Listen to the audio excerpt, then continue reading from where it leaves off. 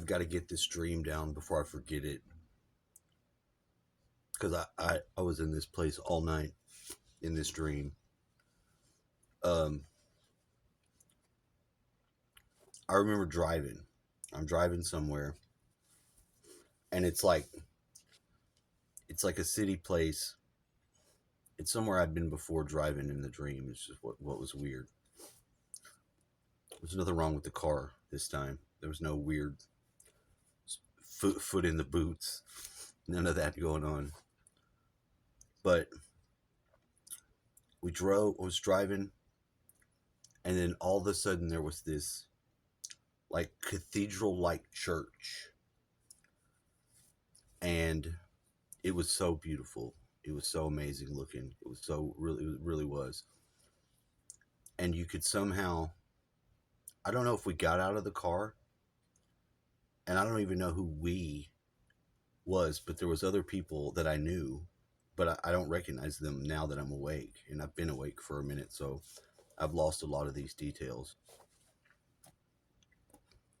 It led to me waking up and feeling pretty good though. Um, this cathedral-like church had one tower, and you could get in it easy, where like you saw it from outside, and then you got inside, and just looking up into this tower, you could feel it. I could feel it in the dream. It was wild. It was freaking wild. There was some other stuff about buildings and stuff. I think I lost the car though.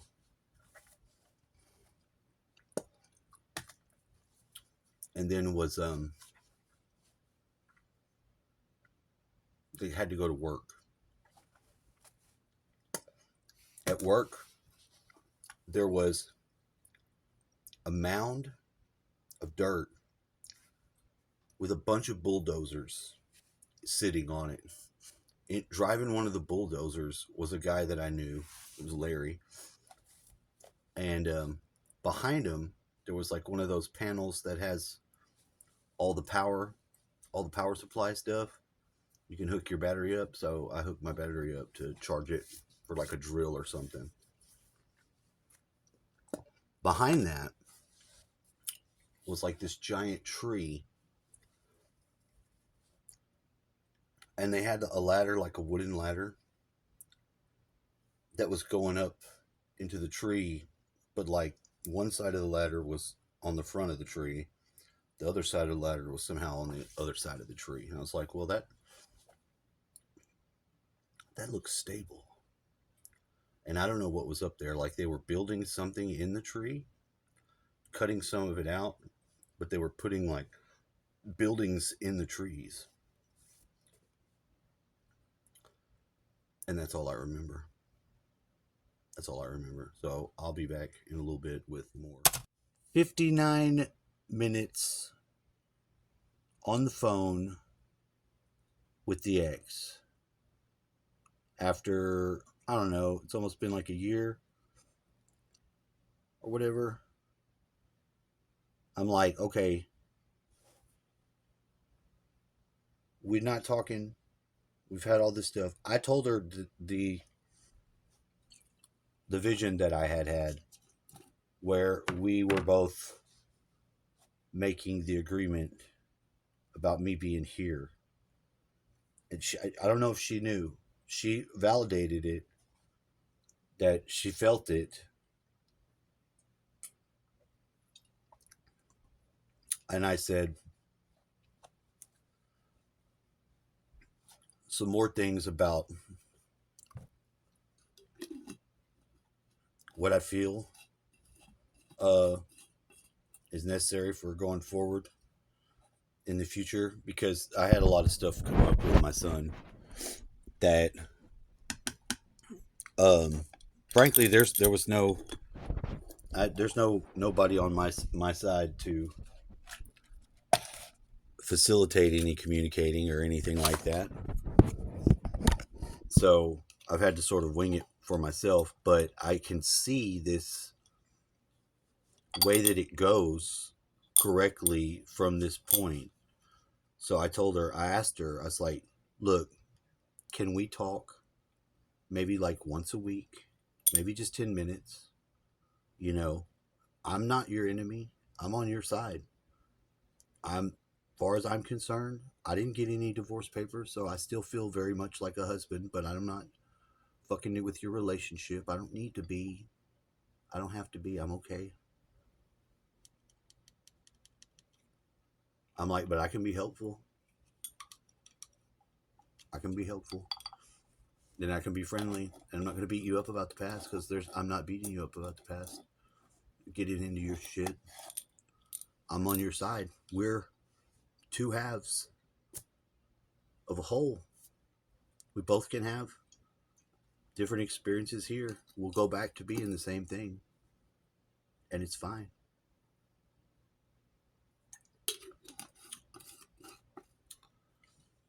I think she's going to meditate on it and see.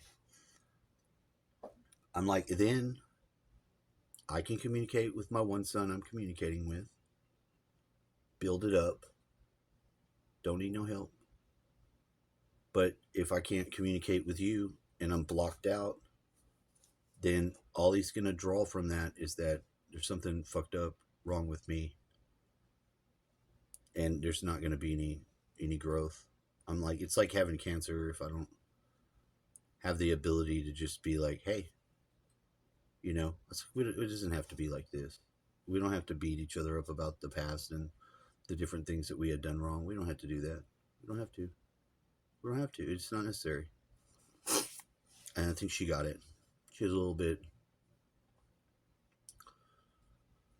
uh I'm not gonna say nothing. I'm not gonna say nothing bad about her because I don't want to.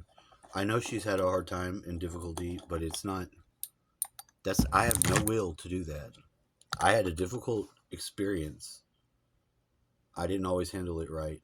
Whenever I didn't, I'm way better equipped now than before ever. For real, I've had a really lot of growth in this past year from my dad, and then she's really upset. She didn't get any of the messages from her parents. They never told her nothing.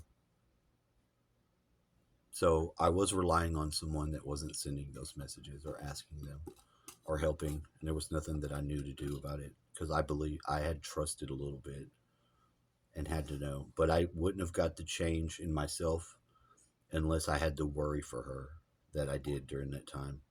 That's just true. That's just the truth.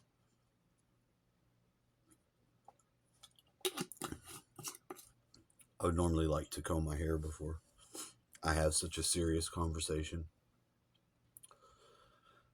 And one time in the process, I did text some fucking like, "Oh my god, I hate you. You ruined my fucking life." Only to immediately be like, "Oh my god, I'm so sorry." Just being upset and beat up. I apologize. But I sent a text and I said like, "I really need to talk to you, just for a little bit." And it went through. I immediately started having my phone ring. I wasn't really ready for it. I mean, I was, but I didn't expect it to be that fast. But that's how you know you got something on your side.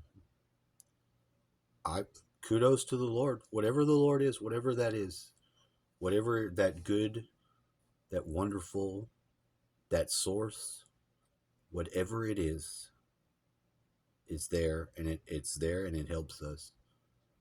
And it is. It's showing me things, but it's letting me also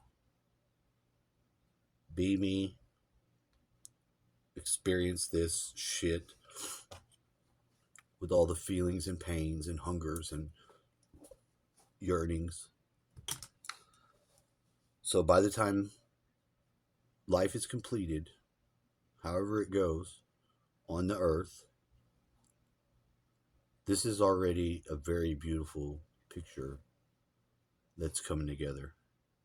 It really is. It really is. Because without that guidance, it wouldn't be able to be put together or back together or correct or anything like that.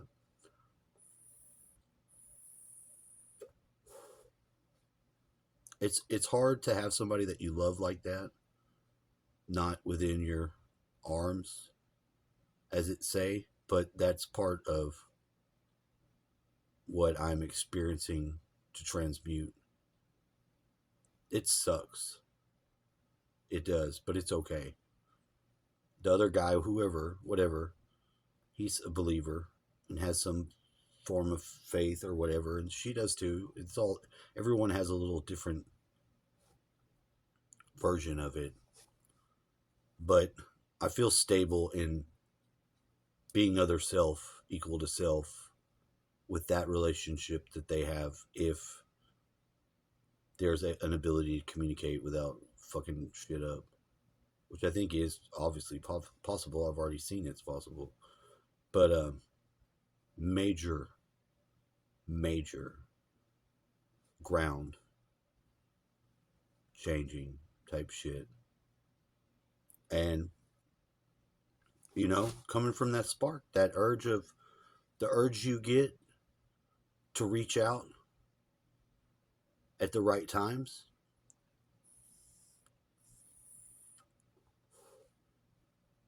you got to listen to it strong, because you can be following your guides the way and not being instructed all the little things to do, not told what to do.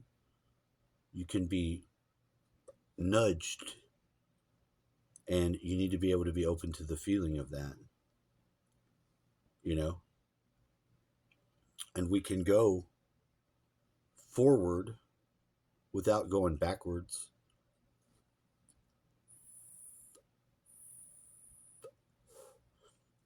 But I think it would be real beneficial to have that person just once a week, a conversation, something like that, because then it lets me co-parent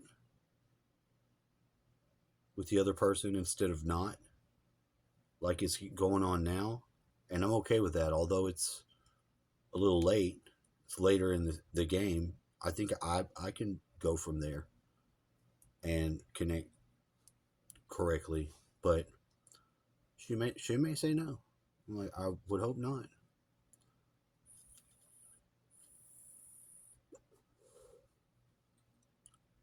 It's pretty damn good. It was really good talking to her and hearing her voice. I miss that girl so much. She really did have some fucked up family. They're messed up, dude. They messed her up. They messed her up. She's actually doing all right, despite of it. But mine messed me up too. My mom messed me up.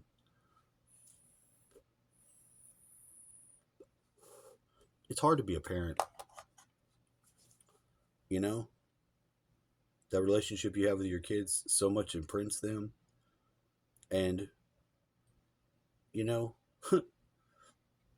it can be overcome, and it's not entirely the parent that does it. The child is an independent entity of their own, but nobody that really loves their kid wants to harm them or do them bad.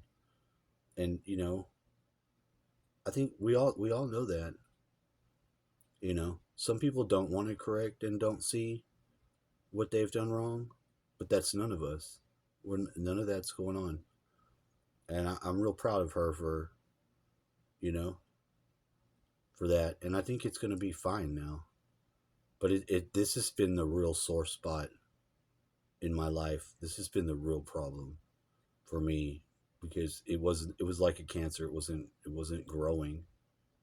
It wasn't it was very bad. And then I couldn't get anywhere with him because he had a wrong view on whatever situational stuff he thought about me, and it's not accurate. And it's not accurate. It's not. But God is good. It blessed the shit out of me on that one. Hopefully it will go forward correctly. So there's the good news.